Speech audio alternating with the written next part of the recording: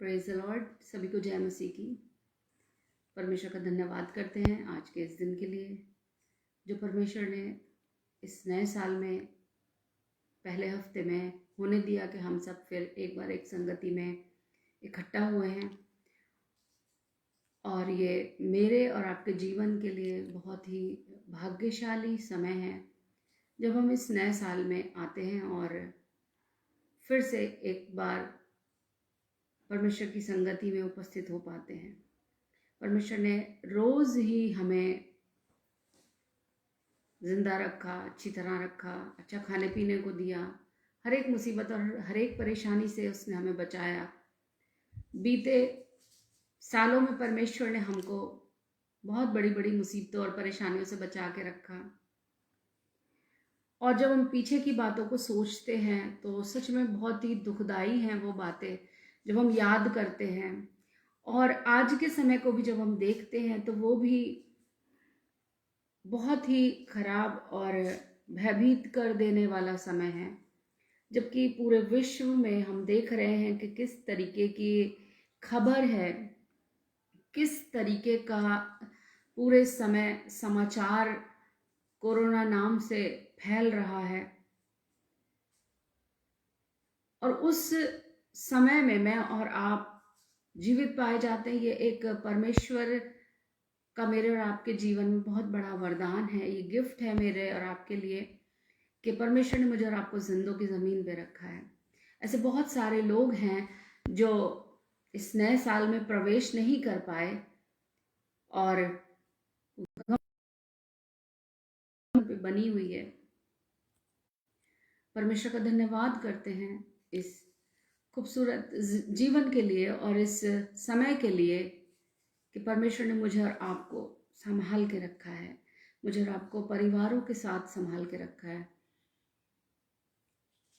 आइए धन्यवाद के साथ हम परमेश्वर की हुजूरी में चलते हैं और प्रार्थना करते हैं परमेश्वर की हुजूरी में आकर के। धन्यवाद धन्यवाद जीवित परम प्रधान परमेश्वर, सेनाओं के यहोवा प्रभु जी, यीशु मसीह के नाम से प्रभु हम तेरे हुजूरी में आते हैं। पिता परमेश्वर, हम इस काबिल नहीं हैं पिता कि प्रभु जी हम पापी इंसान है परमेश्वर, हम तेरी नज़दीकी में आए प्रभु। हमें इतना हियाव दे, हिम्मत दे पिता, हमारे अपराधों को, हमारे पापों को दूर कर परमेश्वर। हमें कोई खूबी और काबिलियत और लियाकत नहीं है परमेश्वर कि प्रभु जी हम तुझसे कुछ कहें प्रभु जी, लेकिन प्रभु जी तेरी दया की दृष्टि ही हमारे जीवन पे बहुत है परमेश्वर। तेरा थोड़ा सा अनुग्रह ही पिता परमेश्वर हमारे जीवनों के लिए बहुत है पिता परमेश्वर। प्रभु जी हमारे पापों को हमारे जीवन से दूर करें पिता परमेश्वर। प्रभु जी जिस काम के लिए पिता तूने हमें सृजा है पिता, हमारे जीवन से वही काम को पूरा करें परमेश्वर। प्रभु जी दुआ करते हैं पिता, इस समय को प्रभु तेरे हाथों में देते हैं प्रभु जी। धन्यवाद देते हैं पिता परमेश्वर इस संगति के लिए पिता जो तूने होने दी पिता, कि एक बार हम फिर से इकट्ठे हो पाए परमेश्वर। जितने भी भाई बहन, बुजुर्ग, बच्चे प्रभु जी तेरी संगति में हैं प्रभु, या ये कलाम या ये वचन उन तक पहुंचे परमेश्वर, तो प्रभु ये बीज तेरा है परमेश्वर। उनके मनों में प्रभु इन बीज को बो परमेश्वर, और होने दे प्रभु जी कि ये फलवंत होने पाए यीशु मसीह नासरी के नाम से परमेश्वर। ये दुनिया प्रभु जी जिस भयावह स्थिति में है प्रभु, दुआ करते हैं परमेश्वर तेरे दया की दृष्टि प्रभु जी मानव जाति पे बनी रहे परमेश्वर। प्रभु जी इस भयानक महामारी को प्रभु जी इस संसार से दूर करें पिता परमेश्वर। और पिता परमेश्वर अपने लोगों को बचाएं प्रभु जी, दया करें परमेश्वर। हर एक उस बीमार जन पे जो बीमार पाया जाता है प्रभु, होने दे प्रभु जी यीशु नासरी के नाम से प्रभु चंगाई आने पाए प्रभु जी। हर एक मुसीबत और परेशानियों को प्रभु तेरे हाथों में देते हैं परमेश्वर। तू हम सबों को उससे निकाल प्रभु, तेरे लहू के बाड़े में अपने आप को बांध देते हैं परमेश्वर। हमारा देह आत्मा प्राण प्रभु तेरा है परमेश्वर। प्रभु जी हमें, हमारे परिवारों को, हमारे खानदानों को, हमारे समाज को और हमारे उन जगहों को पिता परमेश्वर जहाँ हम रहते हैं, हमारे शहर को, हमारे देश को, हमारे पिता परमेश्वर लोगों को बचाएं पिता परमेश्वर। और पिता तेरे लहू के बाड़े से प्रभु हम सुरक्षित पाए जाएं। जिस प्रकार प्रभु तूने बीते सालों में हमें बचाया है खुदावंद खुदा, उसी प्रकार से प्रभु तू हमें आने वाले समयों में बचा पिता परमेश्वर। तेरे वचन के द्वारा, तेरे मुख के वचन के द्वारा प्रभु जी हम जीवित रहने पाए परमेश्वर। प्रभु यीशु मसीह इस पूरे सेशन को प्रभु तेरे हाथों में देते हैं प्रभु जी। और प्रभु जी बोलने वाले हम नहीं प्रभु, बल्कि तेरा आत्मा ठहरे प्रभु जी। हर एक मुसीबत, हर एक परेशानी से प्रभु तू हमें बचा, हमारी रक्षा कर, हमारी मदद कर प्रभु जी। प्रभु यीशु मसीह के नाम से इस प्रार्थना को मांग लेते हैं, आमीन। परमेश्वर पिता का धन्यवाद करते हैं आज के इस खूबसूरत समय के लिए, इस दिन के लिए, कि सच में हमारे परमेश्वर ने हमें इस जीवन को दिया कि हम आज प्रभु की उपस्थिति में बैठने पाए। ये जो दिन है ये कोई मामूली दिन नहीं है मेरा और आपके जीवन के लिए। ये एक ऐसा परमेश्वर का दिया हुआ दान वरदान है जो सबके जीवन में नहीं पाया जाता है। आइए हम आज एक छोटे से गीत को गाते हैं परमेश्वर की महिमा के लिए। छोटे से कोरस को गाऊंगी मैं, जो परमेश्वर की उपस्थिति को लेकर के आता हमारे जीवन में। और परमेश्वर का धन्यवाद करते हैं कि सच में परमेश्वर ने हमें बहुत आशीष दिए हैं हर एक दिन के लिए, हर एक समय के लिए। जितना हम परमेश्वर का धन्यवाद करें उतना कम है। हर एक समय में हमें उठते बैठते परमेश्वर का धन्यवाद करना है कि सच में हमारा परमेश्वर बहुत महान है और उसने हमें हर एक मुसीबत और हर एक परेशानी से बचा के रखा है। परमेश्वर का धन्यवाद हो हर एक चीज़ के लिए जो परमेश्वर ने हमारे और आपके जीवन में दी है। आइए एक छोटी सी कोरस को मैं गाऊंगी। प्रभु मेरा जीवन तूने कितनी आशीषों से भरा, प्रभु मेरा जीवन तूने कितनी आशीषों से भरा, इसलिए मैं कहता हूँ कि तुझसे प्यार है मुझे, इसलिए मैं कहता हूँ प्रभु से प्यार है मुझे। प्रभु मेरा जीवन तूने कितनी आशीषों से भरा। Praise the Lord. मैं परमेश्वर का धन्यवाद करती हूँ कि सचमुच में परमेश्वर ने मेरे और आपके जीवन को बहुत ही आशीषों से भरा है। और जब ये सेशन आप सुनते हैं या ये खुदा का पाक कलाम आपके पास पहुंचता है तो परमेश्वर आपके जीवन में बहुत काम करे। आज इस नए साल के पहले हफ्ते में, आज 6 जनवरी का दिन है, 2022 में मैं और आप प्रवेश किए हुए हैं। और सचमुच में मैं और आप खुदा के बच्चे हैं, बेटे बेटियां हैं। और इस साल में जो परमेश्वर ने मुझे और आपको प्रवेश कराया है, ये इस बात का प्रमाण है कि परमेश्वर ने मेरे और आपके जीवन में आशीषें दी हैं और आशीषों को रखा है और वो हमें और आपको बहुत आगे तक लेके जाएगा।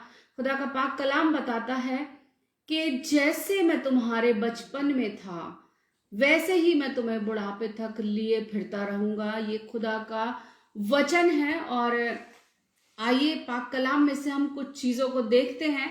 जैसे कि आज का एक मैंने टॉपिक डाला है कि परमेश्वर का मंदिर या डाकुओं की खो। तो आज एक छोटे से टॉपिक पे मैं बात करना चाहती हूँ कि परमेश्वर ने मुझे और आपको और इस मानव जाति को किस लिए सृजा है। परमेश्वर ने मुझे और आपको बहुत ही पुराने समय से, जब से इस दुनिया को परमेश्वर ने बनाया तो परमेश्वर ने मानव जाति को किसी बहुत बड़े उद्देश्य के साथ सृजा अपने, और मेरे और आपके लिए ये एक बहुत बड़ी बात है कि मैं और आप परमेश्वर के स्वरूप में पाए जाते हैं।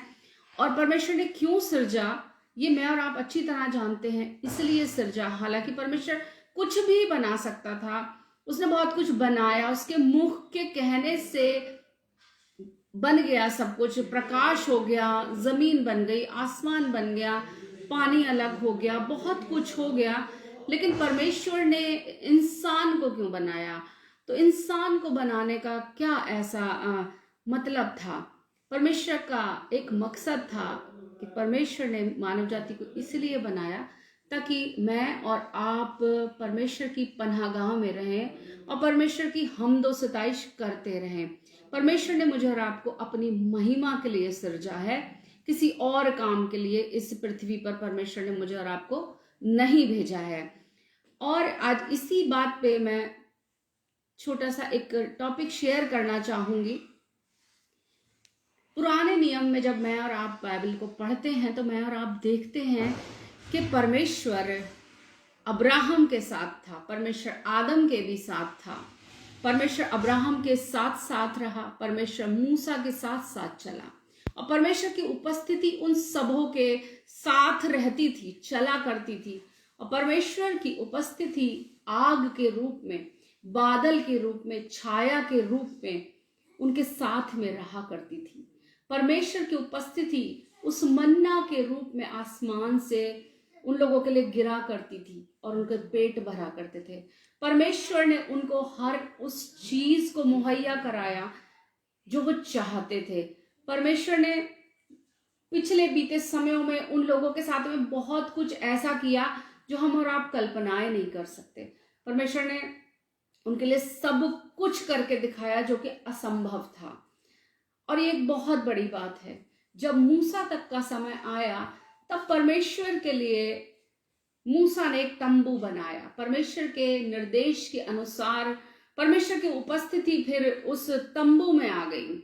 उस तंबू में परमेश्वर की उपस्थिति रहा करती थी और उस तंबू को लेकर के लोग इजरायली चला करते थे। जब हमने और आपने बाइबल को पढ़ा है तो हमने देखा है कि उस तंबू के चारों ओर पवित्र छावनी थी, वहां कोई भी अपवित्रताई के साथ नहीं जाता था। और जब हम बाइबल को आगे पढ़ते हैं तो हम देखते हैं कि परमेश्वर के पवित्र स्थान में कोई भी ऐसा व्यक्ति नहीं जाता था जिसने पाप किया हो या झूठ बोलता हो, या उस वेदी के निकट किसी का हियाव नहीं होता था कि कोई चला जाए। फिर हम आगे देखते हैं कि वो तंबू का रूप आगे बदला।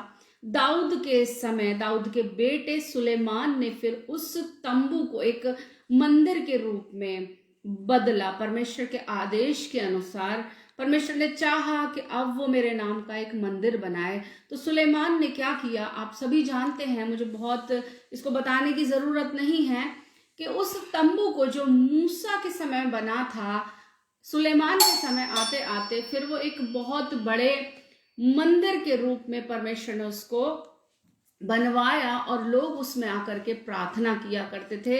और ये परमेश्वर का वायदा था कि जो प्रार्थना उस स्थान में की जाएगी परमेश्वर उसको सुनेगा और निश्चय उस पर मोहर लगाएगा।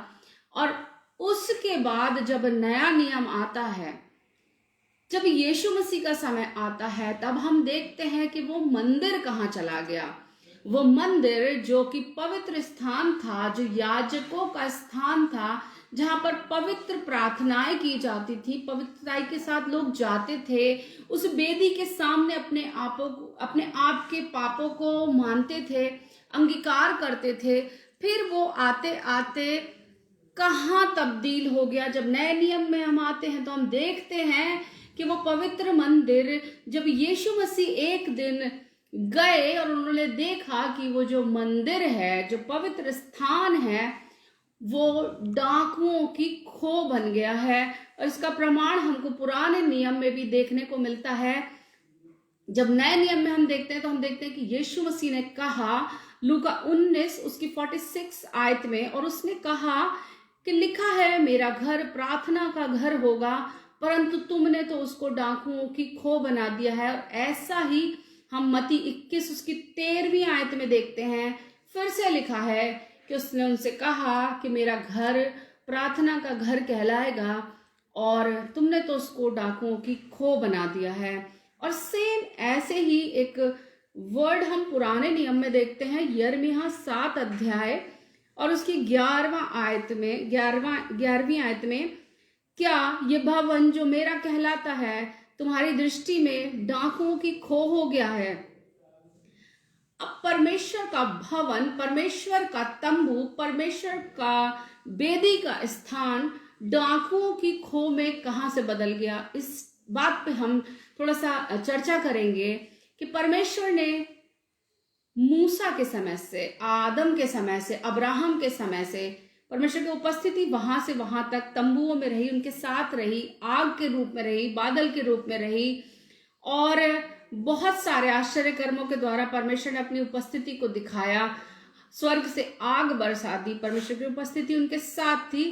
लेकिन जब मंदिर की बात आती है तो पुराने नियम में परमेश्वर ने पहले तंबू चुना, दोबारा उसने सुलेमान के समय में आकर के एक मंदिर बनवाया।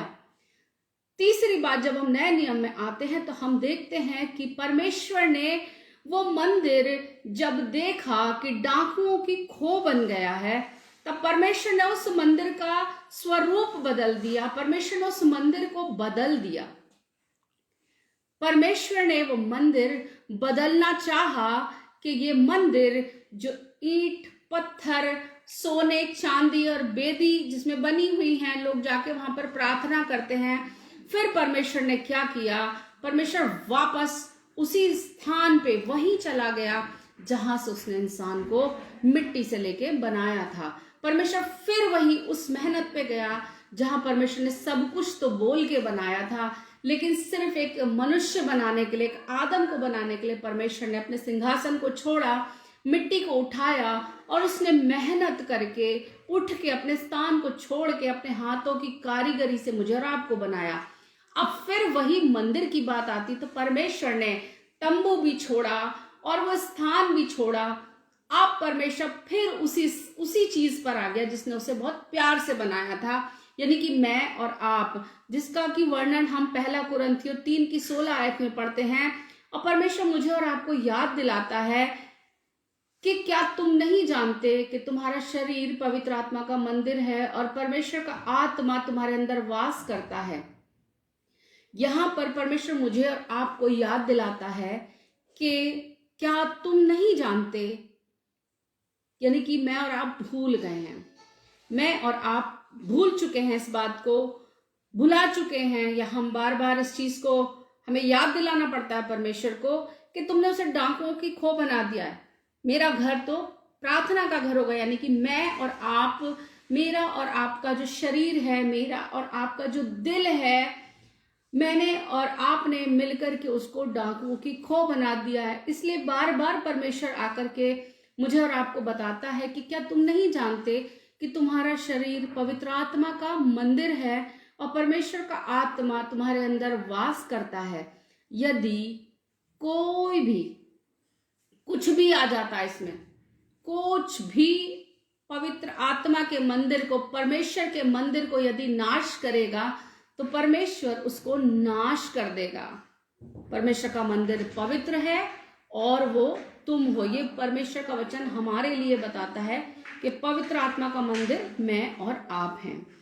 तो परमेश्वर चाहता है कि मैं और आप अपनी देह के द्वारा हम परमेश्वर की महिमा करें, क्योंकि परमेश्वर ने मुझे और आपको अपनी महिमा के लिए ही सृजा है। दूसरी बात, परमेश्वर चाहता है कि मेरा और आपका शरीर, मेरा और आपका मन, मेरा और आपका हृदय, मेरा और आपका देखना डाकुओं की खो ना बने।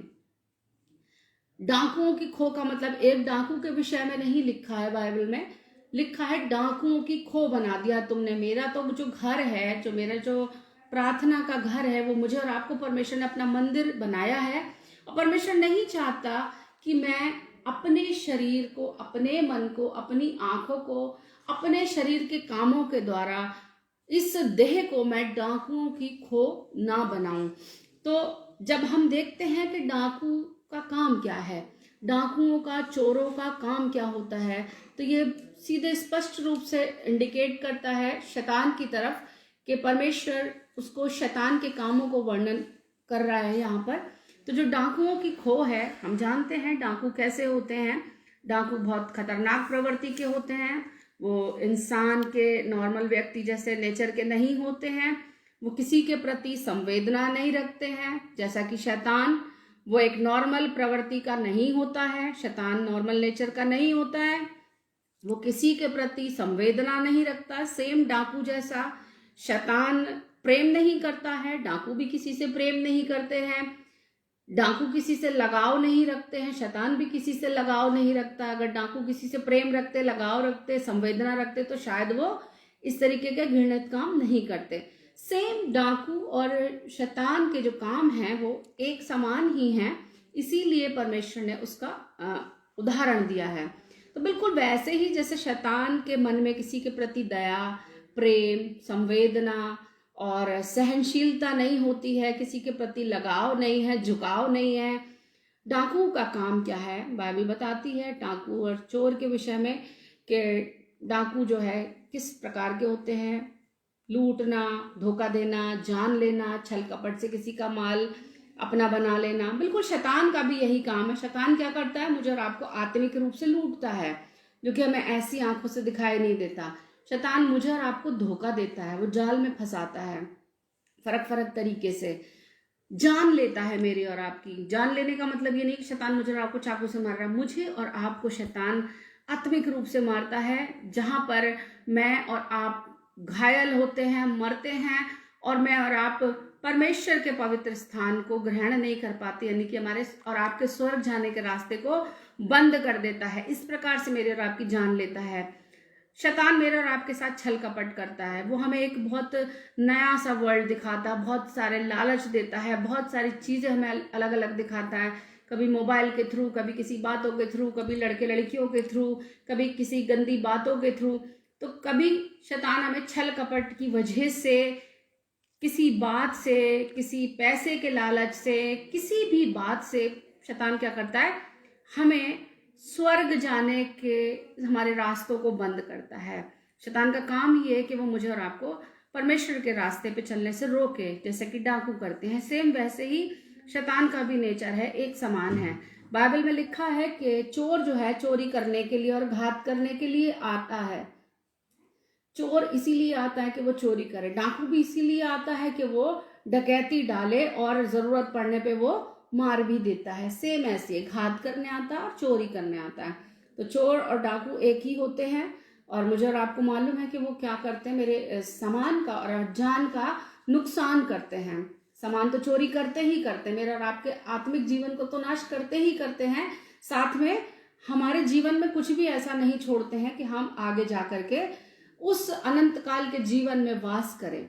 अगर हम अपने होशो हवास में नहीं आते हैं, अपने परमेश्वर को नहीं पहचानते हैं, तो शैतान का काम क्या है, वो हमें नाश कर देता है और हमें स्वर्गीय घर में नहीं जाने देता। लेकिन जहां पर चोर चोरी करने और घात करने आया है, वहां पर परमेश्वर का पुत्र भी आया है। वो इसलिए आया है कि हम बहुतायत का जीवन पाएं, छोटा नहीं, बीमारी भरा नहीं, चोरी डकैती भरा नहीं, लेकिन परमेश्वर का जो पुत्र है, इकलौता पुत्र, वो इसलिए आया है कि हम बहुतायत का जीवन पाएं।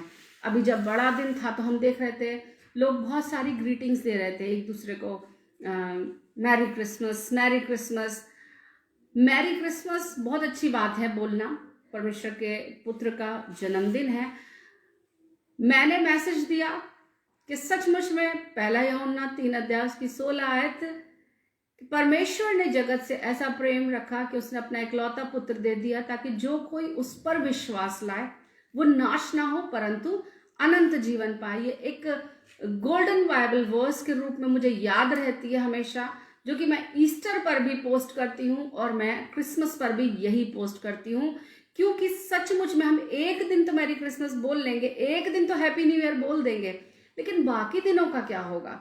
बाकी दिनों में तो हमें फिर भी परम प्रधान परमेश्वर के पुत्र यीशु मसीह की ही जरूरत है। तो हर दिन हम उसी को पकड़ के ना चलें।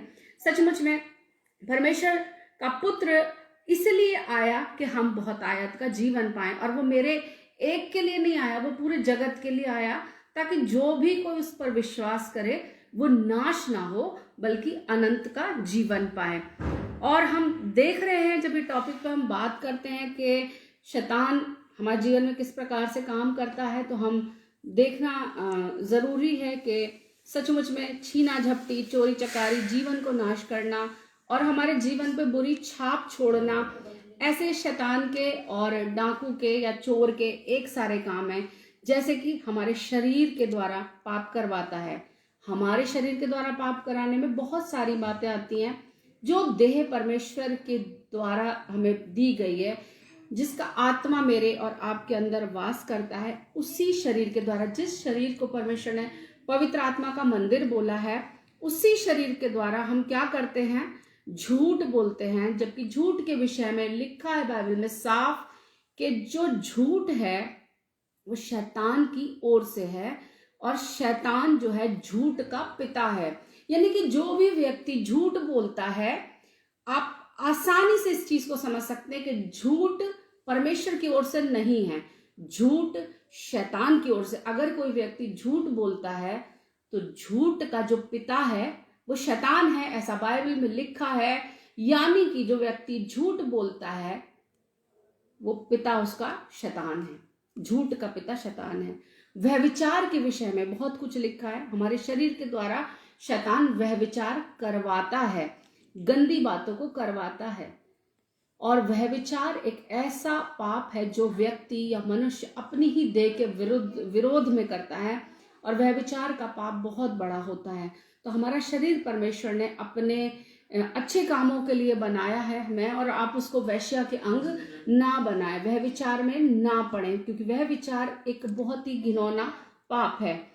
फिर शैतान हमारे शरीर के द्वारा, आंखों की अभिलाषा के द्वारा बहुत सारे पाप कराता है। हमारी आंखों की जो अभिलाषा है, हमें नहीं पता हम अपनी आंखों से कितनी बुरी बुरी चीजों को देख लेते हैं, जाने या अनजाने। दंड वही है, चाहे आप जान के देखें चाहे आप अनजाने देखें, पाप तो पाप ही है और सजा उसकी वही है जो परमेश्वर ने निर्धारित की है। चाहे वो जान के किया गया पाप हो, चाहे वो अनजाने में किया गया पाप हो। तो आंखों की अभिलाषा में बहुत सारी बातें आती हैं। जैसे कि आजकल हम देखते हैं, हम सबके पास फोन रहता है, और आंखों की अभिलाषा के द्वारा, यानी कि जो हम चाहते हैं, हम ऐसा सोचते हैं कि हमें कोई देख नहीं रहा है, लेकिन आंखों की अभिलाषा हमें और आपको कहाँ लेके जाती है। कितने लोग नेट पे जाके क्या क्या सर्च करते हैं, क्या क्या देखते हैं। छोटे छोटे बच्चे गलत रास्तों पर हैं, गंदी मूवीज देखते हैं, गंदे मजाक देखते हैं, गंदे मैसेज पोस्ट करते हैं। और आंखों की अभिलाषा, आंखों से ही तो हम ये सब कुछ कर रहे हैं, तो उनके द्वारा हम बहुत सारे पापों में पड़ जाते हैं। हमारे शरीर के द्वारा हम इन पापों को करते हैं। अपने शरीर के द्वारा हम जीविका का घमंड देते हैं। जीविका का घमंड यानी कि अपने जॉब का घमंड, अपने पैसे का घमंड, अपने रहन सहन का घमंड हम अपने शरीर के द्वारा करते हैं। दूसरों को नीचा दिखाते हैं, घमंड में रहते हैं, चोरी करते हैं अपने शरीर के द्वारा, और पैसे कमाने के लिए बहुत सारी जालसाजियां करते हैं, बहुत सारे षड्यंत्र करते हैं, परमेश्वर के लोगों को सताते हैं, झूठ बोलते हैं, दंडित करते हैं, किसी का हक मारते हैं। ये सब कुछ हम अपने शरीर के द्वारा करते हैं। धोखा देते हैं, एक दूसरे के रिश्तों को हम धोखे में रखते हैं, ठगी करते हैं, और ऐसे बहुत सारे काम हैं जो लिखे हुए हैं, और मैं बोलूँगी तो बहुत ज़्यादा समय हो जाएगा। लेकिन परमेश्वर फिर कहता है मुझे और आपको कि तुम्हारा जो उजियाला है वो मनुष्यों के सामने चमके। यानी कि मैं और आप परमेश्वर के लिए मूल्यवान है, और परमेश्वर ने एक बहुत बड़ा खिताब मुझे और आपको दिया है। उसने मुझे और आपको नवाजा है इस चीज से कि उसने साफ कह दिया, क्या तुम नहीं जानते हो कि तुम परमेश्वर का मंदिर हो? कितनी बड़ी बात है। जिस मंदिर को देखने के लिए लोग दूर दूर तक जाते थे, जिस मंदिर में जाने के लिए लोग बहुत पवित्रताई के साथ प्रवेश करते थे, और परमेश्वर ने उस मंदिर को मुझे चुन लिया, आपको चुन लिया, कि परमेश्वर ने उस मंदिर को, मतलब मेरे हृदय को, मेरे मन को, मेरे शरीर को चुन लिया उसने कि उसने उसी को ठहरा दिया कि तुम परमेश्वर का मंदिर हो। अब इस मंदिर में यानी कि मेरे शरीर में, मेरी आंखों में, मेरे दिल में, मेरे दिमाग में फिर क्या आना चाहिए?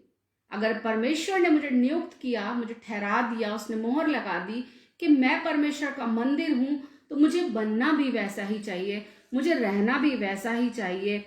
मुझे परमेश्वर ने अपनी महिमा के लिए अगर चुना है तो मेरी देह के द्वारा परमेश्वर के काम होने चाहिए, यानी कि मेरे हाथों के कामों के द्वारा परमेश्वर की महिमा होनी चाहिए। मेरी जॉब के द्वारा परमेश्वर के राज्य में बढ़ोतरी होनी चाहिए। मेरी कमाई के द्वारा परमेश्वर का राज्य बढ़ना चाहिए, उसकी महिमा होनी चाहिए। मेरे बच्चों के द्वारा, मेरे परिवार के द्वारा, मैं और मेरा घराना तेरी ही सेवा करेंगे, ऐसा यहोशू ने बोला, चाहे कुछ भी हो जाए लेकिन हम तो तेरी ही सेवा करेंगे।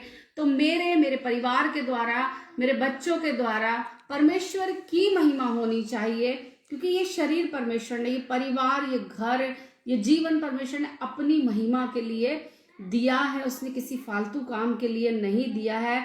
मेरे बोलने के द्वारा परमेश्वर की महिमा होनी चाहिए, बजाय इसके कि मैं किसी को श्रापित करूं या कोई मुझे कुछ कहे और उसके बदले में मैं उसको बहुत बुरी बुरी बातें बोलूं। तो मेरे बोलने के द्वारा परमेश्वर की महिमा होनी चाहिए। मेरे चाल चलन के द्वारा, मेरे व्यवहार के द्वारा, मेरे कामों के द्वारा, मेरे हर एक काम के द्वारा, यानी कि मेरा उजियाला, वचन में लिखा है कि तुम्हारा उजियाला मनुष्य के सामने चमके, किसी भी कारण से मैं किसी के लिए ठोकर का कारण ना बनूं। परमेश्वर की महिमा मेरे हर एक काम से होनी चाहिए।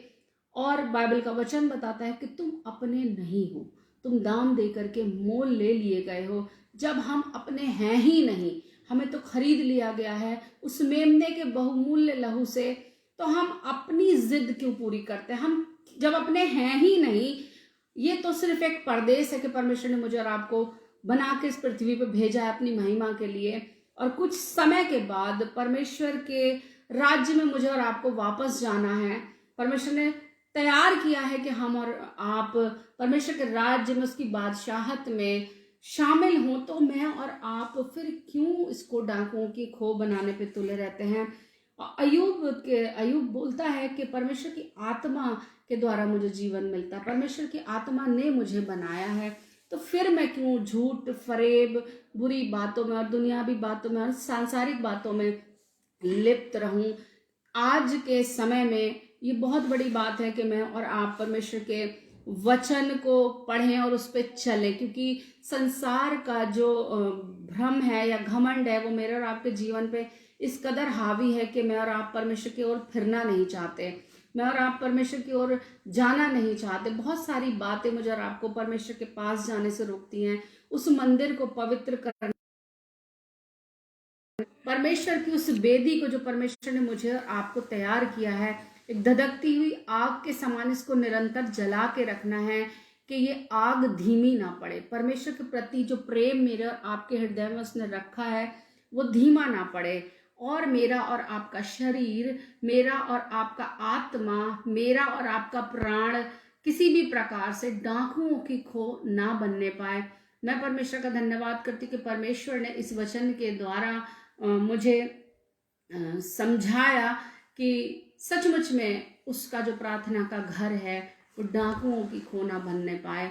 परमेश्वर का जो दिया हुआ गिफ्ट है ये, जो उसने हमें शरीर के रूप में दिया है, किसी भी रीति से, किसी भी बुराई में, किसी भी बुरी आदतों के रूप में पढ़ करके मैं और आप उसकी इस देह को, जो परमेश्वर ने अपने हाथों से सृजी है, बनाया है, बुरी बातों में ना फिरे, बल्कि हम अपनी देह के द्वारा परमेश्वर की महिमा करें।